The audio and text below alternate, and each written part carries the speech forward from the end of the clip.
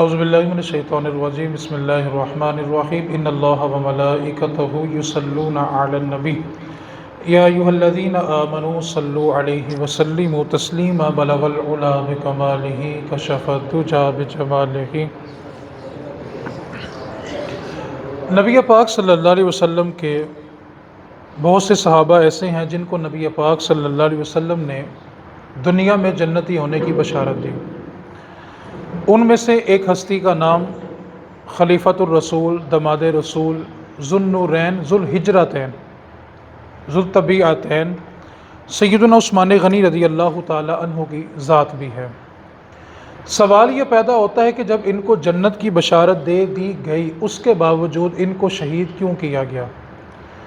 نبی پاک صلی اللہ علیہ وسلم کے خلفاء میں سے جناب عمر فاروق کو بھی شہید کیا گیا، جناب عثمان غنی کو بھی شہید کیا گیا، مولا علی مشکل کشا کو بھی شہید کیا گیا، امام حسن رضی اللہ تعالی عنہ کو بھی زہر دے کے شہید کیا گیا، امام حسین کو بھی شہید کیا گیا۔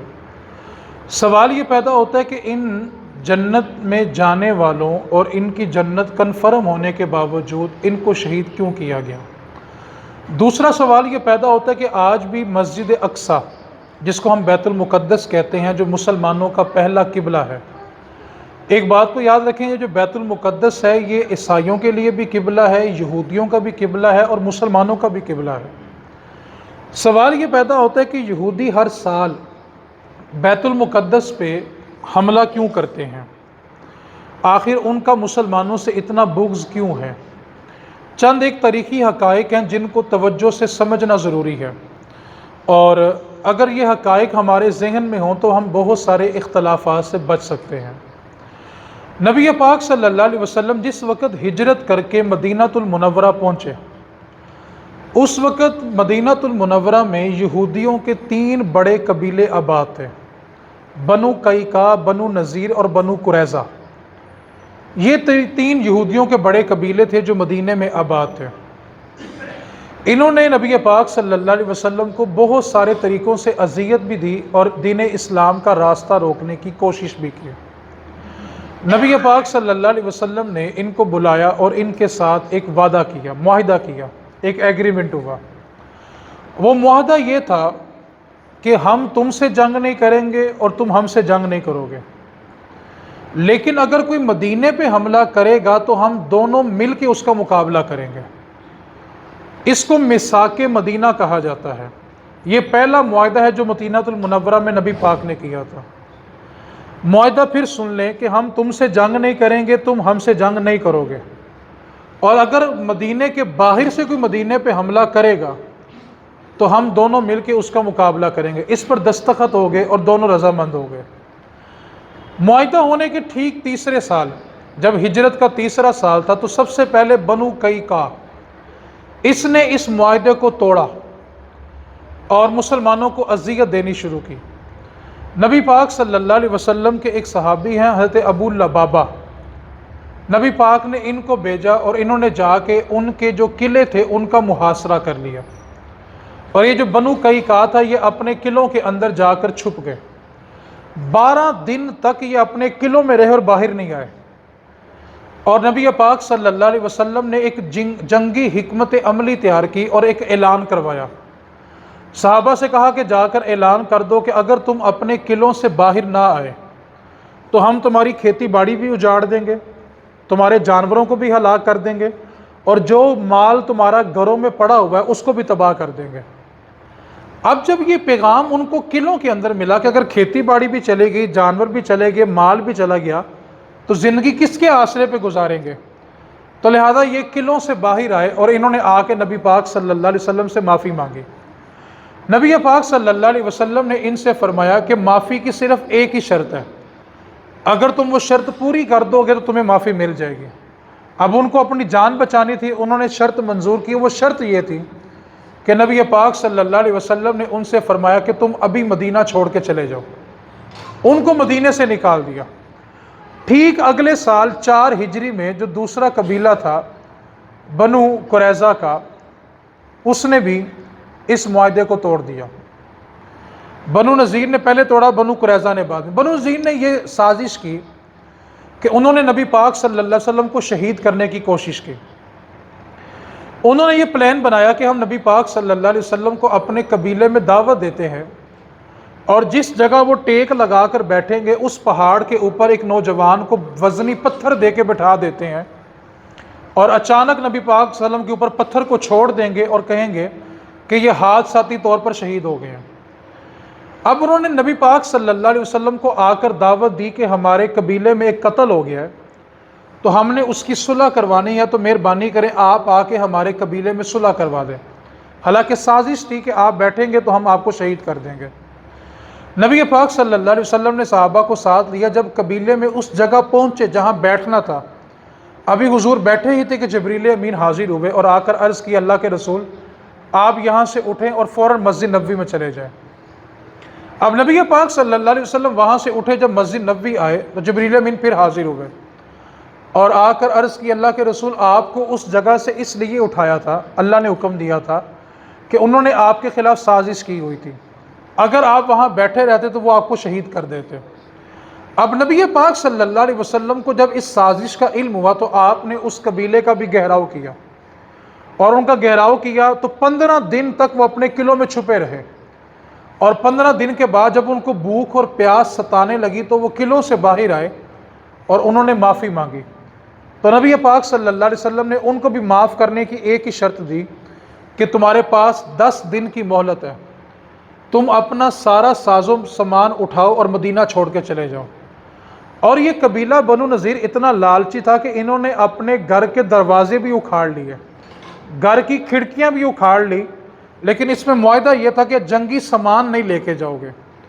انہوں نے وہ ساری چیزیں اٹھائی، اور یہی قبیلہ خیبر میں جا کے آباد ہوا، جہاں غزوہ خیبر ہوا تھا، اور نبی پاک صلی اللہ علیہ وسلم کو بکری کی گوشت کے اندر نبی پاک کو جو زہر دیا گیا تھا وہ اسی قبیلے نے دیا تھا۔ مولا علی نے جو خیبر کا دروازہ اکھاڑا تھا وہ جنگ اسی قبیلے کے ساتھ ہوئی تھی، جن کو حضور نے مدینے سے نکالا ہوا تھا، اور انہوں نے اسی بات کا غصہ نکالتے ہوئے نبی پاک کو سالن میں زہر ڈال کے دیا تھا۔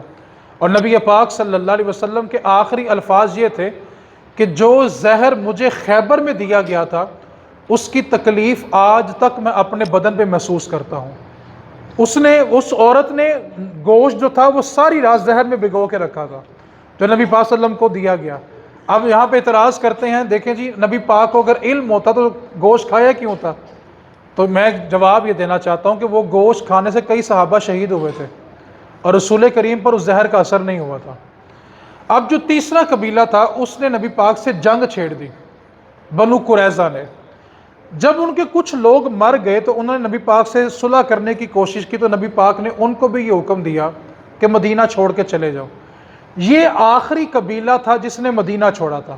اب یہاں سے آپ نے تھوڑی توجہ کرنی ہے، پھر آپ کو سمجھ آئے گی کہ صحابہ شہید کیوں ہوئے۔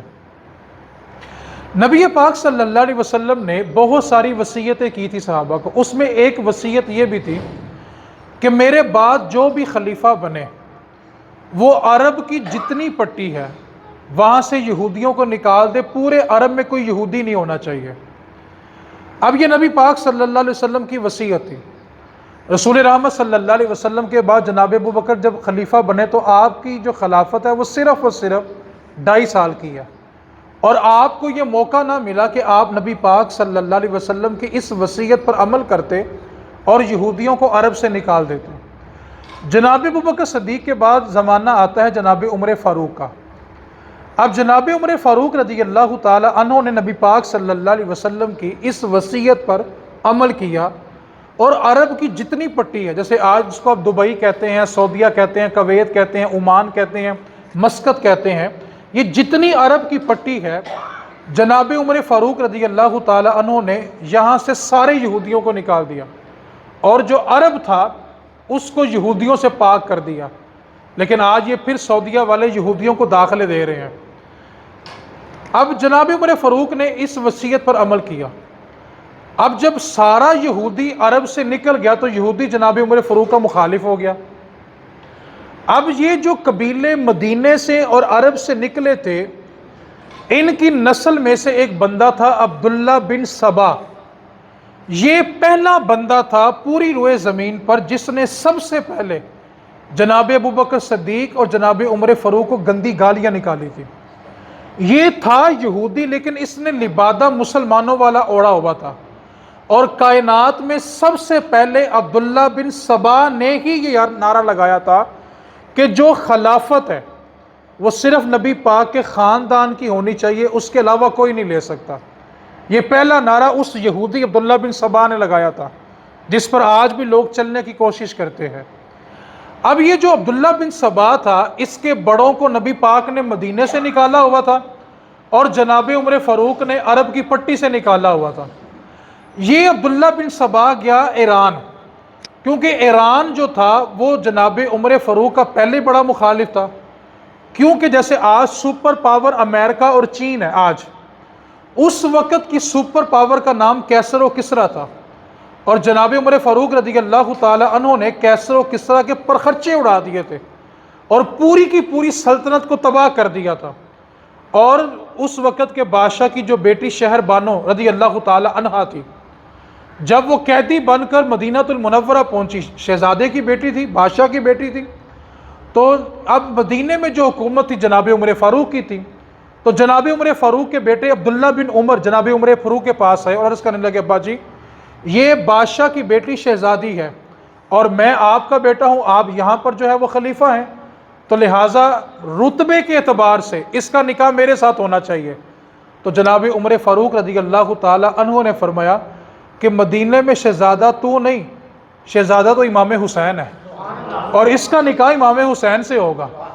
ٹھیک ہے، آج لوگ پتہ نہیں کس طرح اختلاف سن بھی لیتے ہیں، کر بھی لیتے ہیں، اور سننے کے بعد چپ بھی ہو جاتے ہیں۔ اب کیسر و کسریٰ کو غصہ یہ تھا، ایران کو غصہ یہ تھا، ایک تو ہماری سلطنت تباہ کی، دوسری ہماری شہزادی کو مدینے لے کے کلمہ پڑھا دیا، اور امام حسین سے نبی پاک کے نواسے سے نکاح بھی کر دیا، یہ بھی غصہ تھا۔ تیسرا غصہ ایران کو یہ تھا کہ ایران کا جو دربار تھے نا کیسر و کسریٰ، اس دربار کے اندر ایک قلین بچتا تھا، اور اس قلین کی خاصیت یہ تھی کہ اس قلین پر بادشاہ کے علاوہ کوئی بندہ قدم بھی نہیں رکھ سکتا تھا، جو رکھتا تھا اس کو سزا ملتی تھی۔ اتنا قیمتی قلین تھا کیسر و کسریٰ کے درباروں کا۔ اب جب کیسر و کسریٰ فتح ہو گئے، صحابہ نے مال غنیمت اکٹھا کیا، تو وہ قلین بھی مدینہ المنورہ آیا، جس پر صرف اور صرف بادشاہ قدم رکھا کرتے تھے۔ اب جب وہ قلین مدینہ المنورہ پہنچا تو صحابہ نے رائے دی کہ اس قلین کو مسجد نبوی کے اندر بچھا دیا جائے، تاکہ صحابہ اس پہ نماز پڑھیں، بڑا قیمتی قلین ہے۔ صحابہ کا ایک گروہ وہ تھا جو یہ کہنے لگا کہ اس قلین کو مہمان خانے میں بچھایا جائے، جو مہمان مدینہ المنورہ میں آیا کریں ان کی مہمان نوازی اس قلین پہ کی جائے۔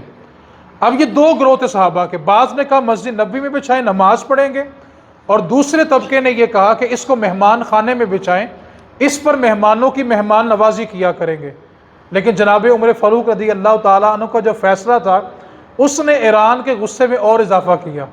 جناب عمر فاروق رضی اللہ تعالیٰ عنہ ممبر پہ کھڑے ہوئے فرمانے لگے، سنو، تم نے دو رائے دی ہیں، پہلی رائے یہ ہے کہ اس قلین کو مسجد نبوی میں بچھایا جائے اور اس پہ نماز پڑھی جائے، دوسری رائے یہ ہے کہ اس کو مہمان خانے میں بچھایا جائے اور مہمانوں کی مہمان نوازی اسی قلین پہ کی جائے، لیکن میں عمر حکم دیتا ہوں کہ اس قلین کو مسجد نبوی کے باہر جہاں صحابہ جوتے اتارتے ہیں وہاں بچھایا جائے، اور میرے نبی کے صحابہ اس کے اوپر جوتے رکھیں اور مسجد نبوی کے اندر آ کے رب کو سجدہ کیا کریں گے۔ اب ایران کو اس بات پر غصہ ہے کہ ہمارا وہ شاہی قلین جس پر بادشاہوں کے علاوہ کبھی کسی نے قدم نہیں رکھا، اس نے اپنے رعایا کو یہ کہا کہ اس کے اوپر جوتے رکھ دو۔ اب ایران کو اس بات کا بھی غصہ تھا، تو وہ جو عبداللہ بن سبا ان قبیلوں کی نسل میں سے تھا جن کو نبی پاک نے مدینے سے نکالا اور جناب عمر نے عرب سے نکالا تھا، یہ عبداللہ بن سبا ایران کے پاس گیا، اور اس نے جا کر یہ کہا کہ یہ جو عمر فاروق نے خلافت سنبھالی ہوئی ہے نا، اس نے قبضہ کیا ہوا ہے۔ یہ پہلا بندہ تھا جس نے یہ نعرہ لگایا تھا، اور یہ خلافت اس کا حق نہیں ہے، یہ تو مولا علی کا حق ہے۔ اب ایران نے جناب عمر فاروق رضی اللہ تعالیٰ عنہ کو شہید کروا دیا۔ جناب عمر فاروق کے بعد جناب عثمان غنی خلیفہ بنے۔ اب یہاں سے وہ دور شروع ہوتا ہے کہ عثمان غنی رضی اللہ تعالیٰ عنہ کو شہید کیوں کیا گیا۔ آج کا دن جو ہے وہ جناب عثمان غنی کی شہادت کا دن ہے۔ یہ عبداللہ بن سبا اب یہاں سے نکلا تو جناب مولا علی نے اس کو پکڑ لیا، اور اس کی شاہ رگ پہ ننگی تلوار رکھ دی۔ تو عبداللہ بن سبا کے قبیلے والے آگے اور کہنے لگے علی یہ تو پہلے آپ کی شان بیان کرتا ہے اور آپ اسی کو قتل کرنے لگے ہیں۔ فرمایا یہ شان بیان نہیں کرتا، یہ میری شان کا سہارا لے کے ابو بکر اور عمر کو گالیاں نکالتا ہے۔ آج بھی کچھ لوگوں کو یہی خماری ہے، وہ کہتے ہیں جی اہل بیت کی شان تو تب تک بیان ہی نہیں ہوتی جب تک صحابہ کو برا بلا نہ کہہ دیں۔ عقل کے اندھو، اہل بیت کی شان کی جتنی حدیثیں آج امت تک پہنچی ہیں نا، وہ ساری کی ساری حدیثیں بیان کرنے والے صحابہ ہیں۔ صحابہ نے وہ حدیثیں بتائی، وہ ادب کر کے دکھایا، تو آج ہمارے تک وہ ادب والی حدیثیں پہنچی ہیں۔ اب یہ عبداللہ بن سبا کو جب مولا علی نے پکڑ لیا، قبیلے والے آئے سفارش کی، تو مولا علی نے اس کو ملک سے نکال دیا۔ اب یہاں سے آپ نے تھوڑی سی توجہ رکھنی ہے تو گفتگو مکمل ہو جائے گی۔ یہ نکلا اور بصرہ، کوفہ اور مصر، ان 3 ملکوں کی طرف گیا۔ اس نے تینوں ملکوں سے 1,000 بندہ جمع کیا اور ان کو اس بات پر قائل کیا کہ پہلے جناب ابو بکر نے قبضہ کیا تھا، پھر عمر فاروق نے کیا تھا، اب عثمان غنی نے قبضہ کر لیا ہے، خلافت تو مولا علی کی بنتی ہے۔ اب بصرہ سے، کوفہ سے اور مصر سے 1,000 بندہ نکلا اور انہوں نے مسجد نبوی میں آ کے جناب عثمان غنی کے گھر کا گھیراؤ کر لیا۔ کربلا کی جو تاریخ ہے اس میں جتنا ظلم ہوا تاریخ میں اس کی مثال نہیں ملتی، لیکن کربلا میں 4 دن یا 7 دن پانی بند رہا، لیکن آپ جانتے ہیں کہ جناب عثمان غنی رضی اللہ تعالی عنہ پر 40 دن تک پانی بند رکھا گیا۔ اس تاریخ کو بھی بیان کرنا چاہیے۔ اور وہ عثمان غنی جو کنویں خرید کے مسلمانوں کو دیتے رہے۔ نبی پاک صلی اللہ علیہ وسلم نے فرمایا کہ مدینے میں ایک ہی کنواں میٹھے پانی کا ہے اور اس کا مالک یہودی ہے، جو اس کنویں کو خریدے گا میں محمد اس کو جنت کی بشارت دیتا ہوں۔ جناب عثمان اٹھے اور چلے گئے۔ اب وہ کنواں جو تھا وہ 500 دینار یا 700 دینار کا تھا۔ جناب عثمان غنی اس یہودی کے پاس گئے، کنواں بیچ دو، کہتا میں نہیں بیچتا۔ آپ نے پھر اس سے فرمایا کہ کنواں بیچ دو، کہنے لگا میں نہیں بیچتا۔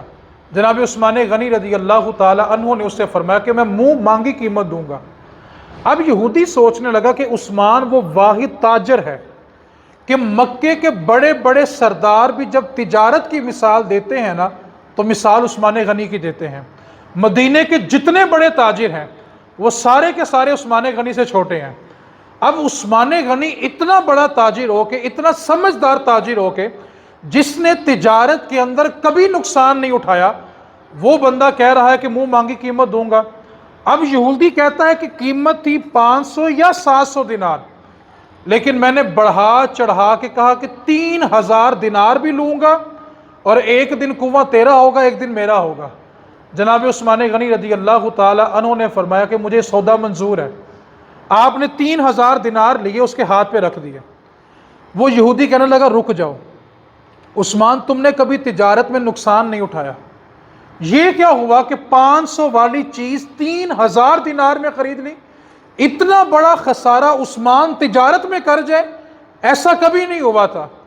تو جناب عثمان غنی رضی اللہ تعالی عنہ فرمانے لگے تو نے قیمت اپنی اوقات دیکھ کر لگائی ہے، اور میں عثمان اپنی جیب میں 40,000 دینار رکھ کے آیا تھا۔ کہنے لگا عثمان 500 والی چیز کا 40,000؟ کہا مسئلہ کنویں کی خرید و فروخت کا نہیں تھا، مسئلہ تو مصطفیٰ کے فرمان کا تھا کہ میرے نبی نے کہہ کر بھیجا تھا جو خرید کے آئے گا میں محمد اس کو جنت کی بشارت عطا فرماتا ہوں۔ تو تو نے قیمت تھوڑی مانگ لی ہے، اگر تو 40,000 بھی مانگتا تو عثمان تجھے 40,000 دینار دیتا اور کنواں تجھ سے خرید کے جاتا۔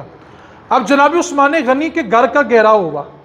میں یہاں پر ایک بات رک کر اور کہنا چاہتا ہوں، وفا کی، محبت کی اور وفا کی جب بھی مثال دی جائے گی تو سب سے اوپر مثال غازی عباس علمدار کی دی جائے گی رضی اللہ تعالی عنہ۔ آپ نے وفا کا وہ جوہر دکھایا کہ جب آپ کربلا والوں کے لیے مشکیزے پانی کے بھر کے لا رہے تھے، دونوں بازو کاٹ دیے گئے، دانتوں سے مشکیزہ اٹھا کے لائے، مشکیزے کو چھنی کر دیا گیا تیر مار مار کے۔ لیکن میں یہاں پر رک کر ایک بات کہنا چاہتا ہوں، غازی عباس علمدار رضی اللہ تعالی عنہ کی مثال وفا یہ ہے کہ آپ نے بازو کٹوائے لیکن مشکیزہ پانی کا پھر بھرا۔ اور آپ جانتے ہیں جب عثمان غنی رضی اللہ تعالی عنہ پر پانی بند کیا گیا تو پانی کے مشکیزیں بھرنے والا کوئی اور نہیں، خود مولا علی کی ذات تھی۔ اور مولا علی رضی اللہ تعالیٰ عنہ جب پانی بھر کے لا رہے تھے تو آپ کے مشکیزے پر اتنے تیر برسائے گئے کہ مشکیزہ پھٹ گیا، چھنی ہو گیا، اور ایک تیر مولا علی کے کندھے پہ لگا اور فوارہ زمین پہ گرا خون کا۔ تو مولا علی رضی اللہ تعالیٰ عنہ نے اپنی دستار پکڑی اور یوں اس کو ہوا میں پھینک دیا کہ تاکہ عثمان غنی اپنے گھر سے دیکھ لیں کہ جب وہ مشکل میں تھے تو علی ان کی مدد کرنے ضرور آیا تھا، قیامت والے دن وہ یہ شکوہ نہ کریں کہ علی نے مدد نہیں کی۔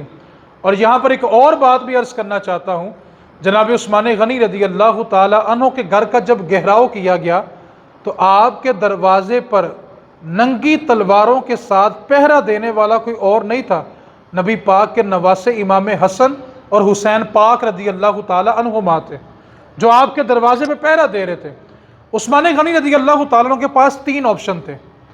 پہلا آپشن یہ تھا کہ آپ خلافت چھوڑ دیتے، صلح کر لیتے، لیکن آپ نے خلافت کو اس لیے نہیں چھوڑا کیونکہ نبی پاک صلی اللہ علیہ وسلم نے فرمایا تھا عثمان اللہ تمہیں ایک قمیض عطا کرے گا اور لوگ تم سے چھیننا چاہیں گے، لیکن عثمان تم نے قمیض ان کو نہیں دینی، اور جناب عثمان نے خلافت نہیں دی، ورنہ یہ رواج بن جاتا کہ چند ہزار لوگ نکلیں اور وقت کے بادشاہ کا تخت الٹ کے چلے جاتے، اور نبی پاک کا حکم تھا کہ قمیض تم سے چھینی جائے گی، اتاری جائے گی، لیکن تم نے قمیض کسی کو نہیں دینی۔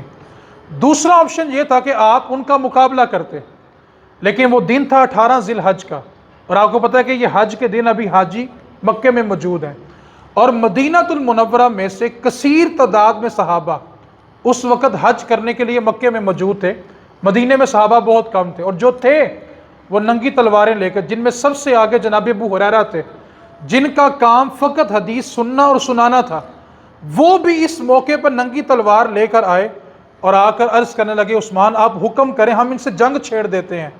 لیکن جناب عثمان غنی نے مقابلہ اس لیے نہیں کہا اور یہ جملہ کہہ دیا کہ عثمان کے ہوتے ہوئے نبی کے حرم میں خون بہے، ایسا کبھی نہیں ہوگا۔ آپ نے مدینہ المنورہ میں مسجد نبوی میں خون نہیں بہنے دیا، اور تیسری آپشن یہ تھی کہ آپ شہادت قبول کر لیتے، اور آپ نے شہادت کا آپشن ہی قبول کیا۔ اب جناب عثمان غنی کے بعد جو 2 گروہ بنے، وہ ایک گروہ مولا علی شیر خدا کا تھا اور ایک گروہ امیر معاویہ رضی اللہ تعالی عنہ کا تھا۔ اختلاف کی وجہ صرف سن لیں، اگلے جمعے اس پہ کلام کریں گے۔ صرف اختلاف اس بات پر تھا کہ امیر معاویہ رضی اللہ تعالی عنہ کا موقف یہ تھا کہ جناب عثمان غنی کے خون کا بدلہ ابھی لینا ہے، اور مولا علی کا موقف یہ تھا کہ ہم خون کا بدلہ کچھ عرصے کے بعد لیں گے، ابھی حالات بہت سخت ہیں، کچھ عرصے کے بعد اس کا بدلہ لیں گے، لیکن موقف یہ ہے کہ حق مولا علی کے ساتھ ہے، جہاں مولا علی ہے وہاں حق ہے۔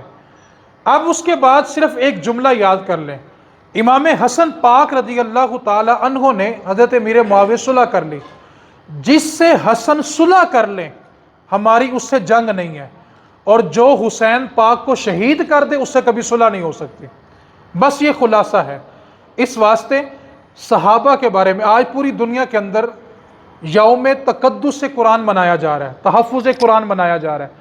جناب عثمان غنی رضی اللہ تعالی عنہ کی ذات پر انگلی اٹھانے کا مطلب یہ ہے کہ اس بندے کا قرآن پر اعتبار نہیں۔ کیوں؟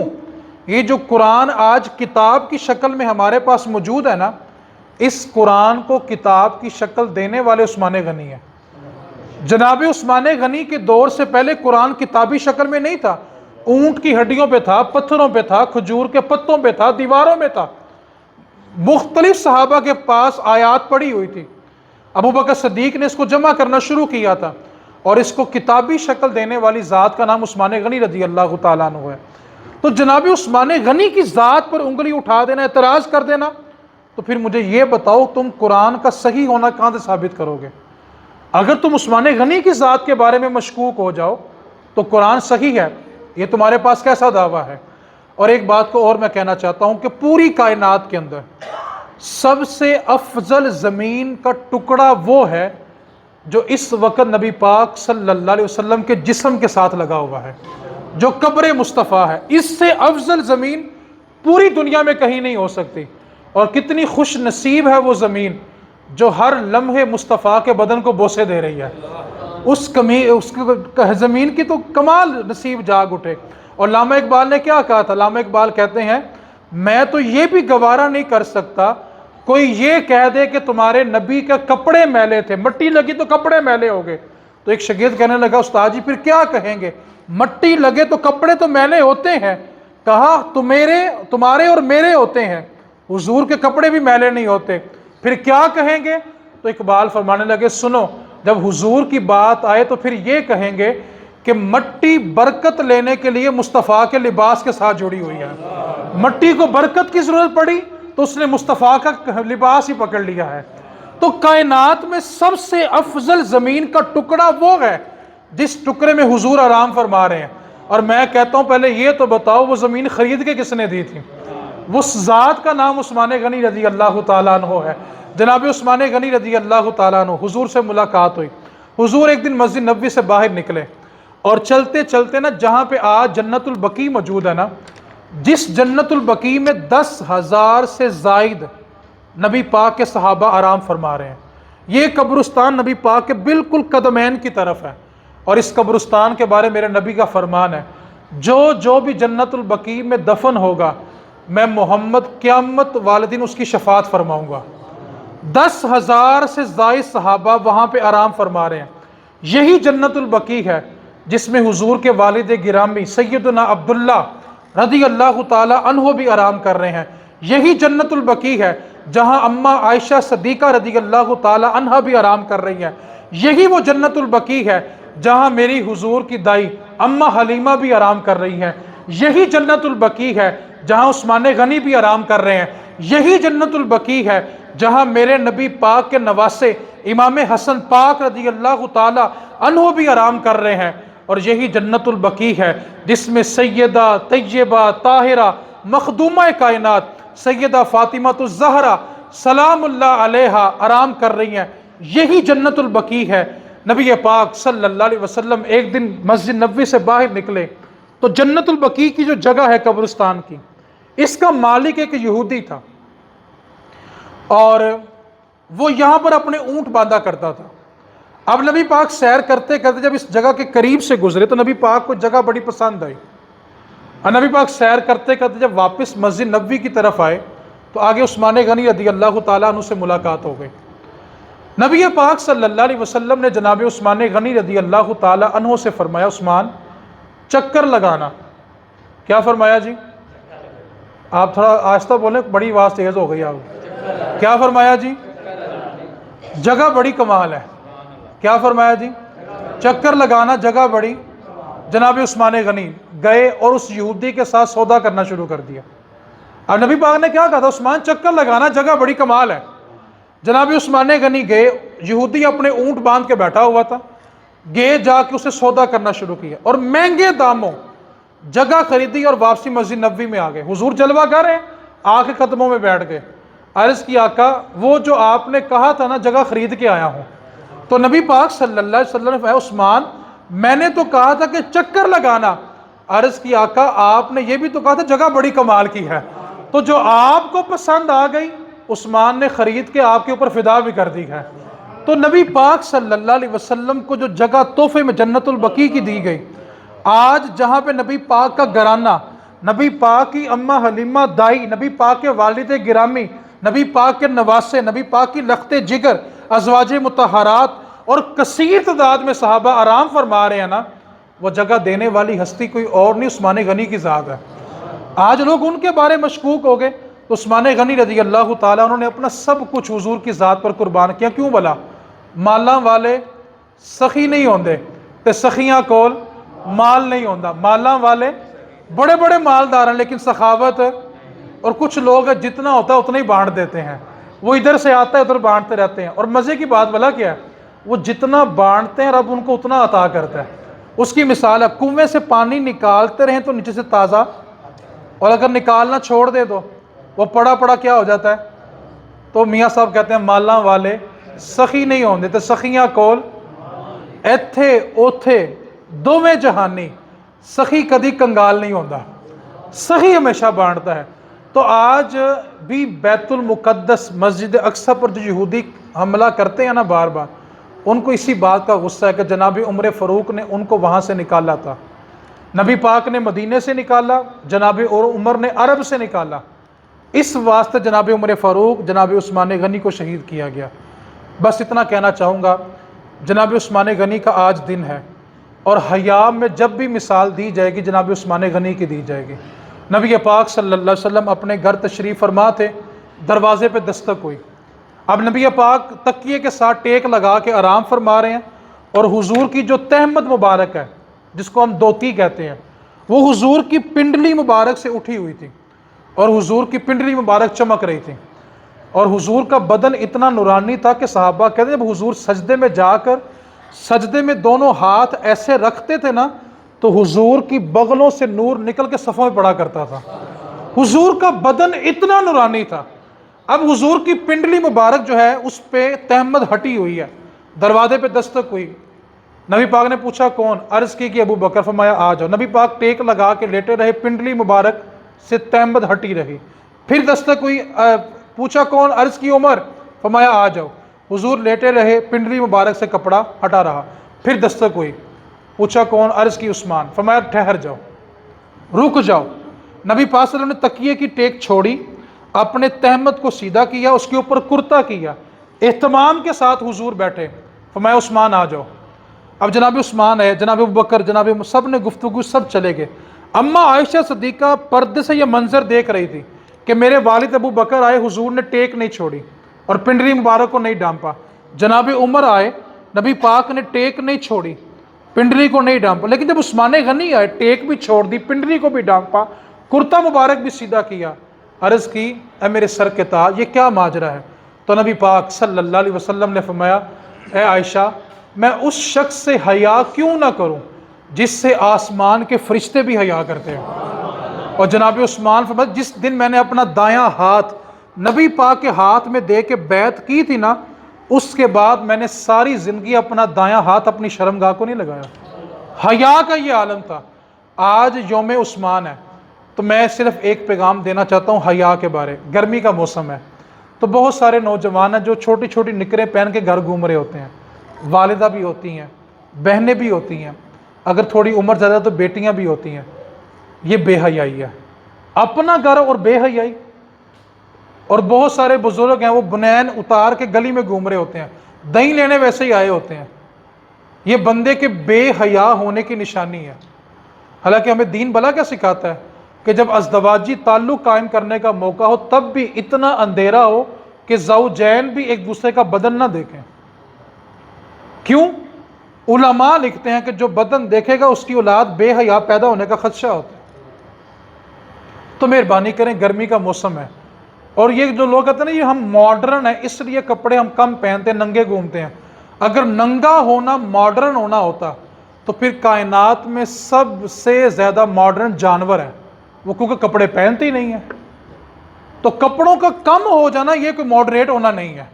تو مہربانی کریں، یوم عثمان ہے تو حیا کا درس دیں، اس بات کا وعدہ کر کے جائیں کہ بہوؤں کے سامنے، بیٹیوں کے سامنے، بہنوں کے سامنے خالی بنیان پہن کے بولو تو صحیح، گرمی لگن لگ پئی ہے۔ پکی بات ہوگی، جو نوجوان ہے وہ شارٹ نکر، اللہ تعالیٰ آپ کے صدقے ہمیں بھی عمل کی توفیق عطا فرمائے۔ وما علینا الا البلاغ المبین۔